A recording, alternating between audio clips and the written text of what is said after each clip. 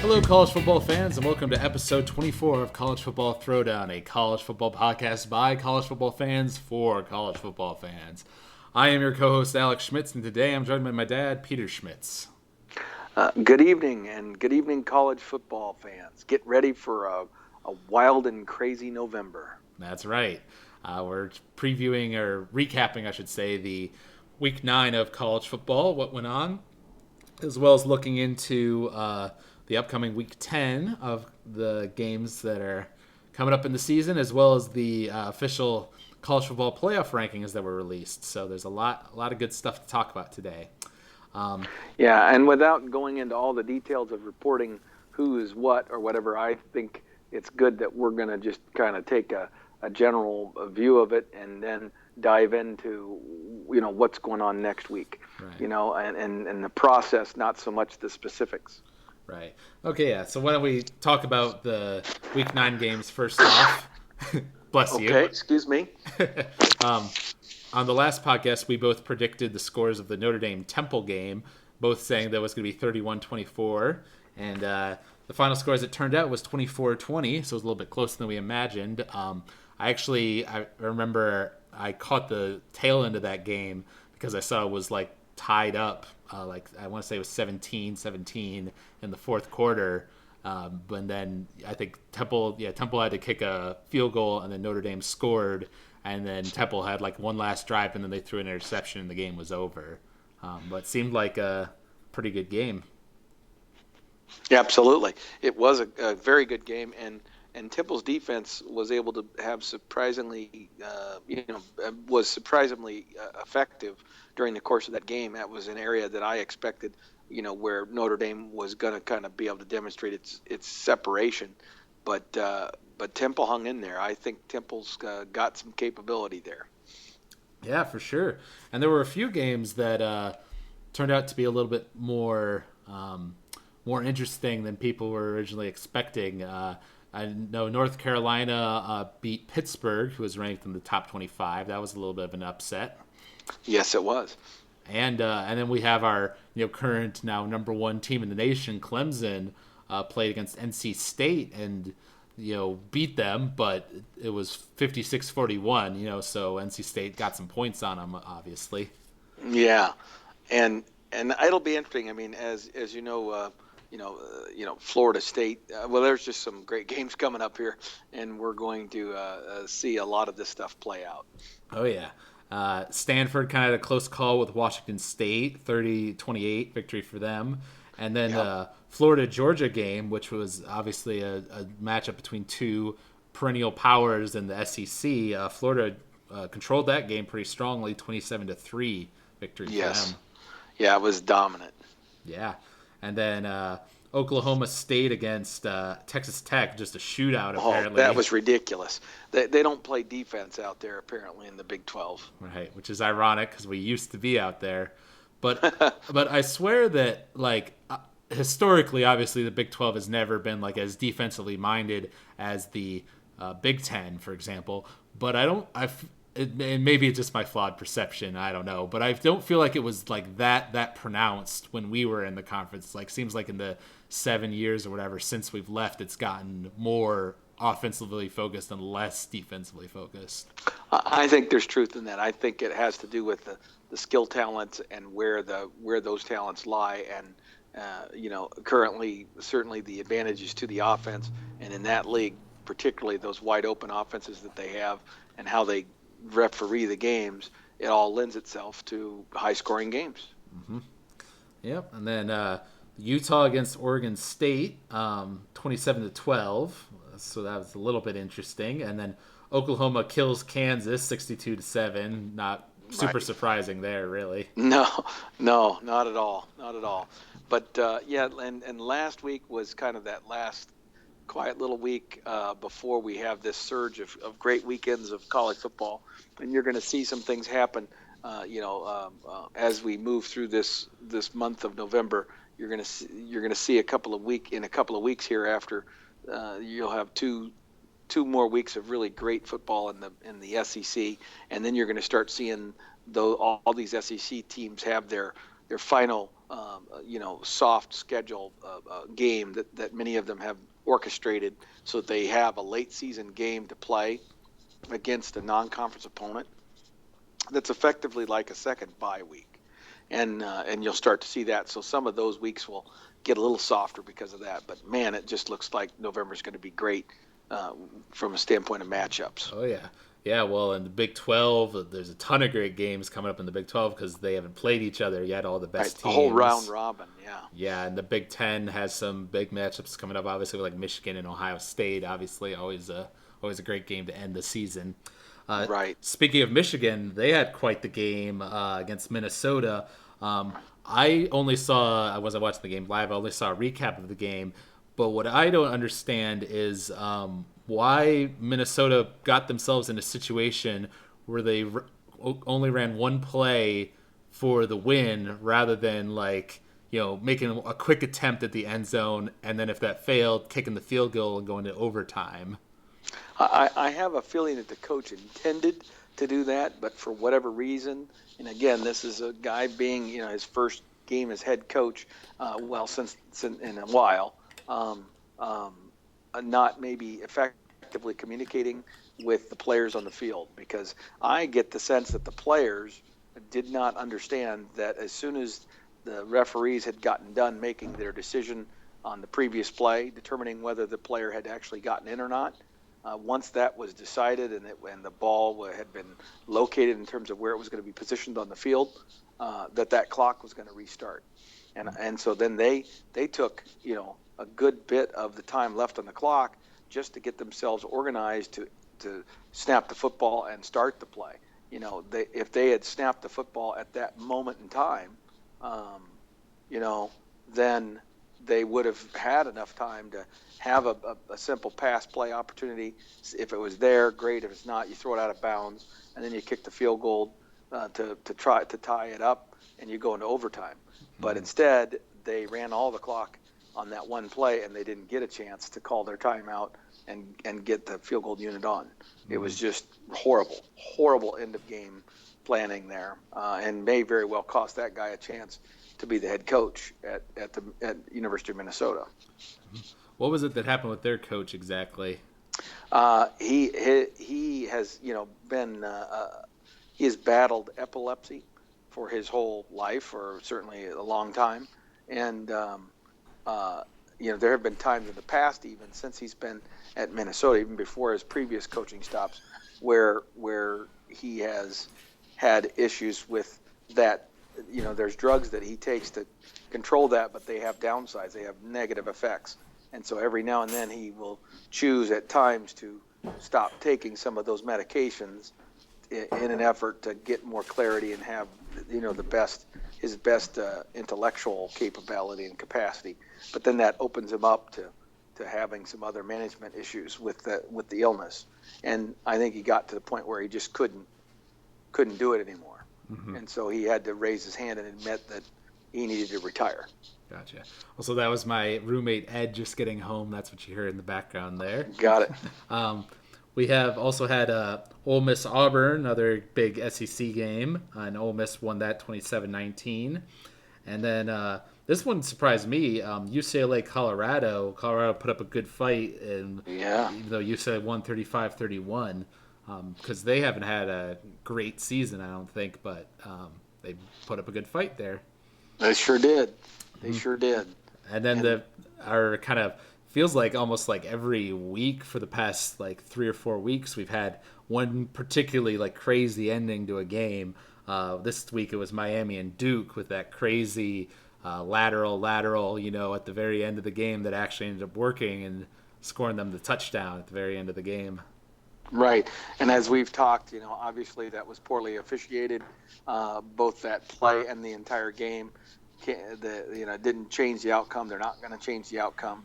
But it's one of those things where that refereeing crew had a bad day at the office, and they're probably not going to be coach or refereeing a major college football game for a while. Yeah. Yeah. Well, it's always funky in those situations because then you play the what if game and you want to take back a victory or something, but Is there any like precedent for that, like taking a win off the board because You of know, officiating I mistake? not a lot. No, I can't say it's never happened, but I sure am not familiar with it happening. There's been public apologies, where Right. somebody acknowledges after the fact that they got it wrong, Right. but they didn't change it. Okay. And then talking about the new rankings, the official college football rankings came out today, and on last week's podcast we kind of made our predictions on. Now, these are our predictions on who we think the top four are actually going to be at the end of the season, not who we think the top four are going to be, at week 10, which is what these rankings are right now. But you and I think my top four was not in order: Ohio State, Clemson, Stanford, and LSU. And yours was Notre Dame, Ohio State, Clemson, and Florida. So I'm and then with the final four this week being Clemson, LSU, OSU, and Alabama. So that comes relatively close to mine. I mean, I have three of my teams in there, with the exception of Stanford being switched out with Alabama. Well, right. The issue is that LSU and Alabama are going to play each other, and the loser of that game probably falls far enough away that only one of them ends up being there at the end. And at least the way I viewed it when I was picking the top four, my view is which ones do I think are going to be there at the end? Mm-hmm.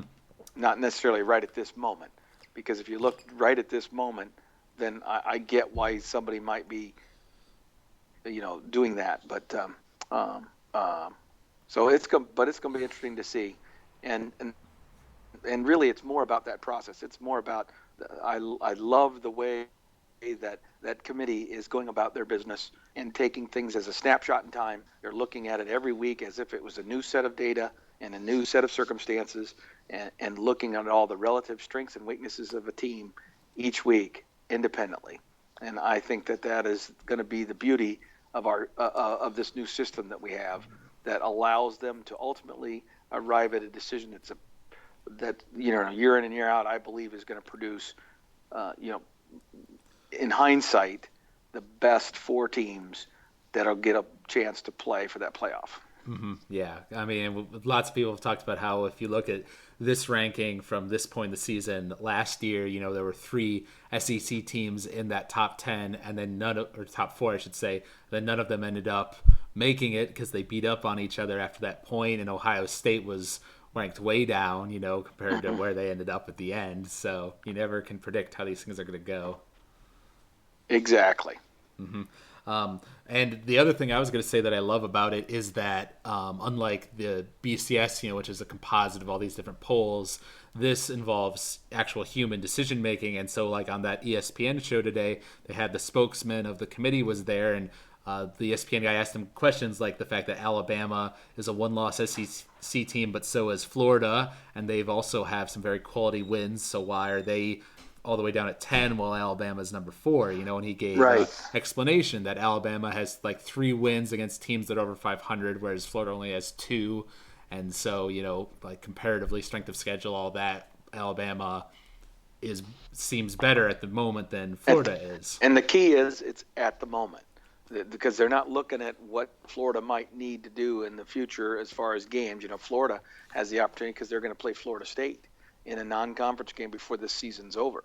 Well, the combination of that with and the rest of the games they have left, they'll be able to build up and do that, once things happen. So Yeah. We'll see. But bottom line is, as of right now, I can see where they can choose that.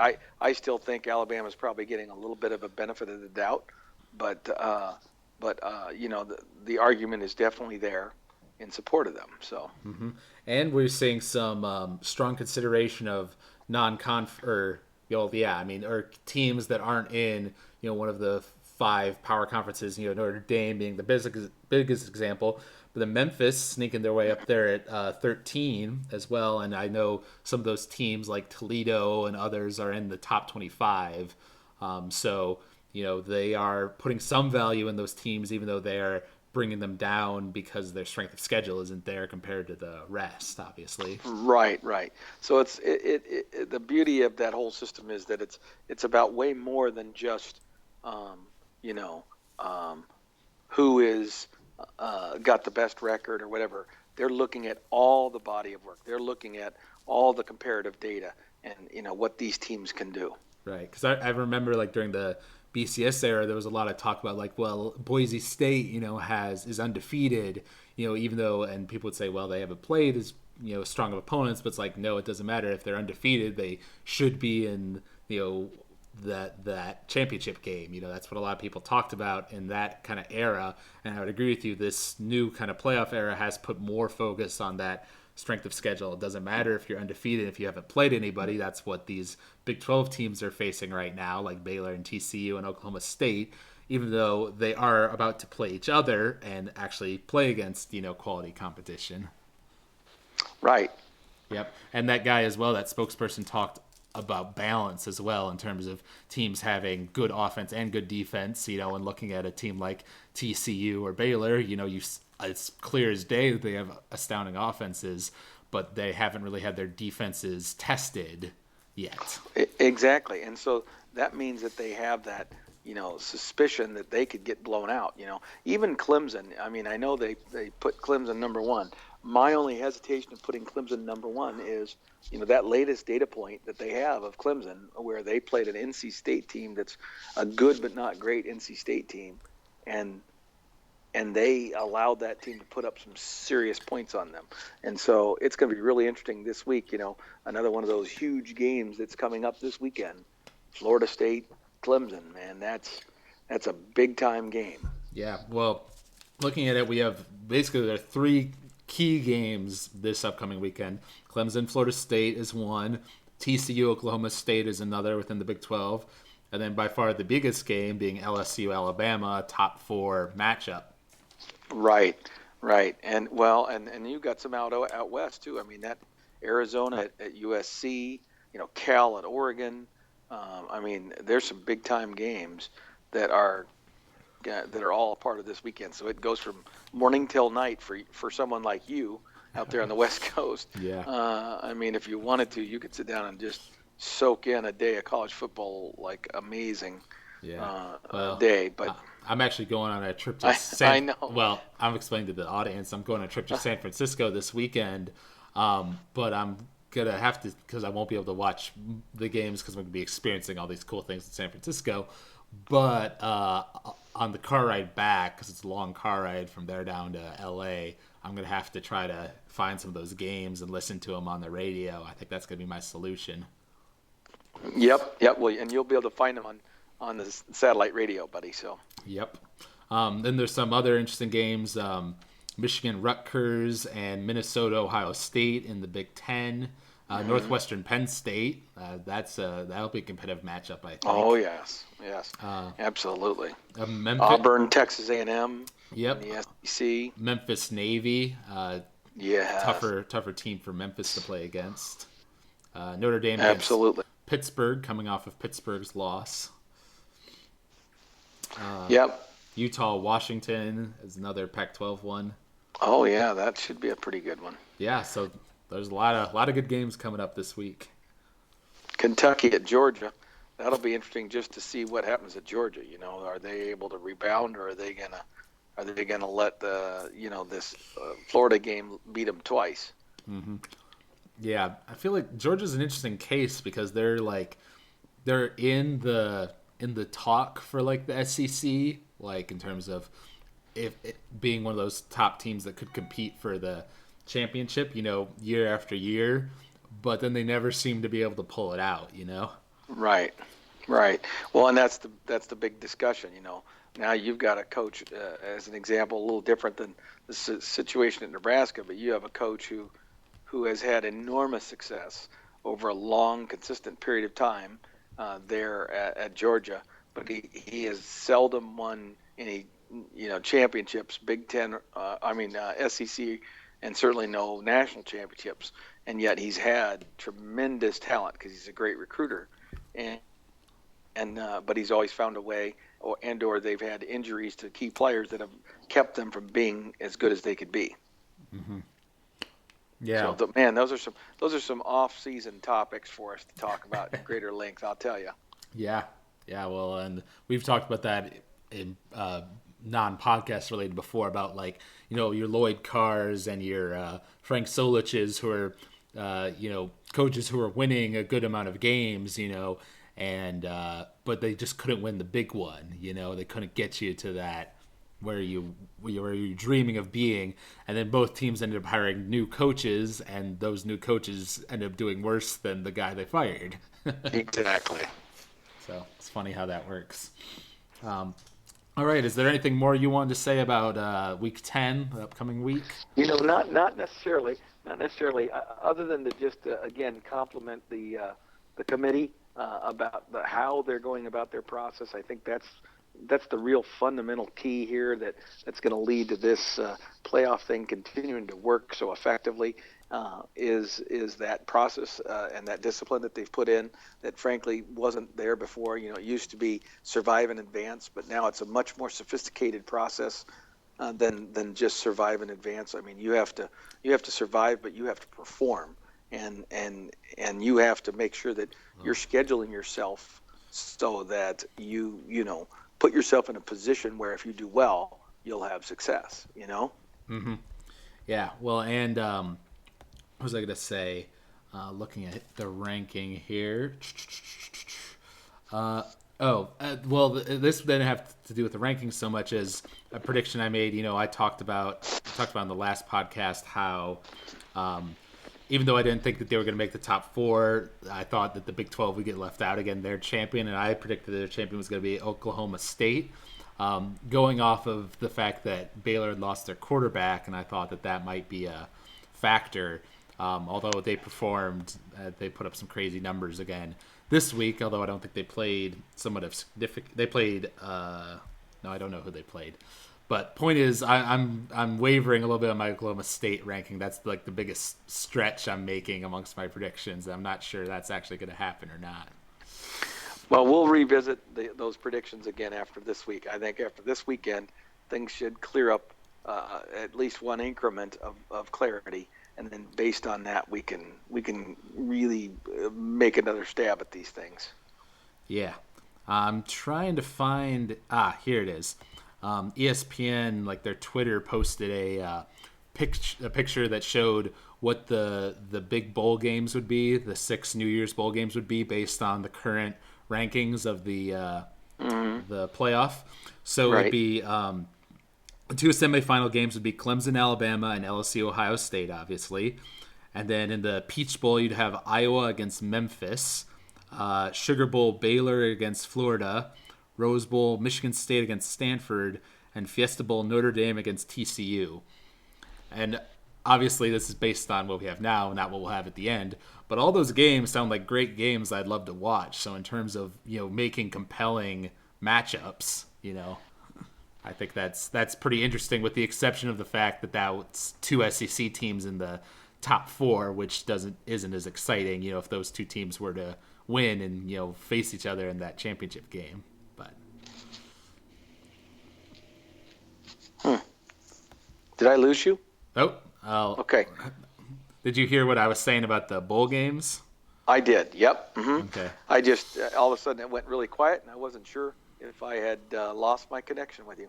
But yep, I agree. I say we do some quick analysis on a couple of games, and then we can see how we do. Mm-hmm. All right, we need to predict some scores here. Yeah, LSU, Alabama. Let's start there. Okay. I mean, I have LSU predicted as being in my top 4, so I'm gonna say that Les Miles does it and wins. Do you know is it away or home for LSU? It's at Alabama. It's at Alabama. Ooh, okay. Well, that makes my prediction a little tougher, but I'm going to stand by it. I'm going to go ahead and say it's going to be close. I'll say that LSU wins it 35-32, let's say. Okay. Wow, that's quite a bit of scoring. I'm going to say that Alabama's going to win because it's at home, and I just don't trust Les Miles. So I'm going to say that LSU's going to stumble here, and Alabama's going to play really well because I think it's a matchup thing where Alabama's defensive strengths are LSU's offensive strengths, and LSU's weakness or inability is matches up with Alabama's weakness. So Alabama will be able to hide its weakness, and its strength will come into play here. So Alabama ends up winning a lower scoring game. I'm going to say it ends up being like, let's say, 24-17. Okay, interesting. And why don't we also do the Clemson FSU game? Our number. Ooh, yeah, that's a great one too, and that's at Clemson. Okay. This is a spot that historically Clemson chokes. So I'm going to go with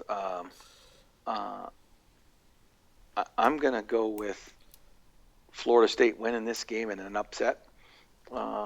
It's again going to be close, but high scoring. I just don't think Florida State's all that great yet, and so I'm going against my own better judgment than making this choice. But there's something about coaching staffs and just momentum and demeanor, and it just seems like every year Clemson finds a way to have an inexplicable game where they don't play even close to their capabilities, and someone beats them, sometimes badly, and you just scratch your head. Well, a little bit like last week's. How do you explain the Texas-Iowa State score from last weekend? Just inexplicable. So Florida State rises to the occasion. Clemson does not. Okay, what's your score going to be then? Ooh, wow. It's going to be higher scoring, so I'm going to say it's going to end up being like 41 to 38. Okay. And I didn't actually look that one up, so just curious. So Iowa State beat Texas then? Not only did they beat them, they skunked them. It's like 24 to nothing. I mean, they just crushed them. Well, and Iowa State's the worst team, or probably one of the worst teams in Kansas division. Well, right, them in Kansas. Yeah. Well, in Texas, incredible. Texas is just having such a weird year this year because they have games like that where they play.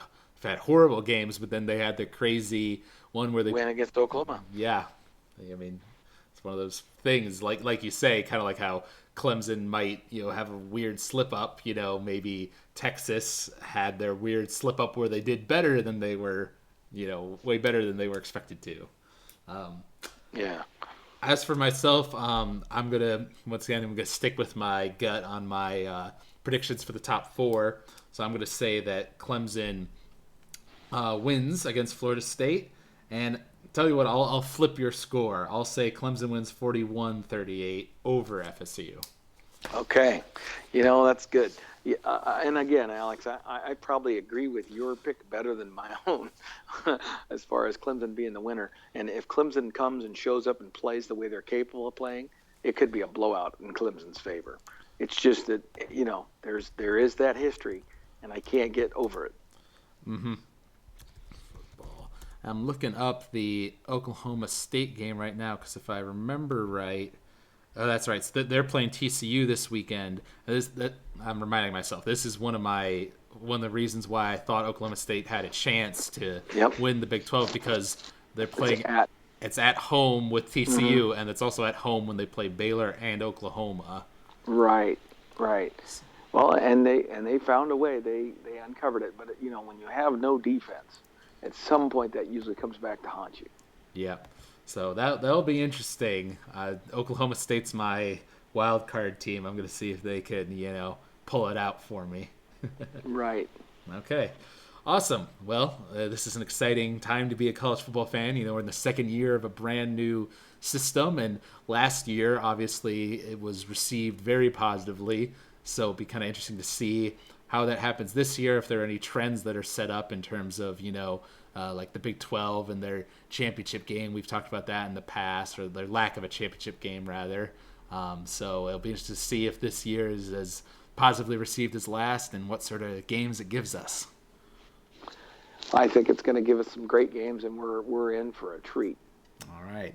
Awesome. Well, if you all out there enjoyed this podcast, you can email us at huskerpete13@gmail.com. You can follow us on Podomatic. We're at footballthrowdown.podomatic.com. You can leave us comments there, or you can find us on iTunes. Subscribe to us there. Give us ratings, reviews. We're College Football Throwdown. And thank you for being with me on this podcast, Dad. And till week 10, go Big Red. Go Big Red.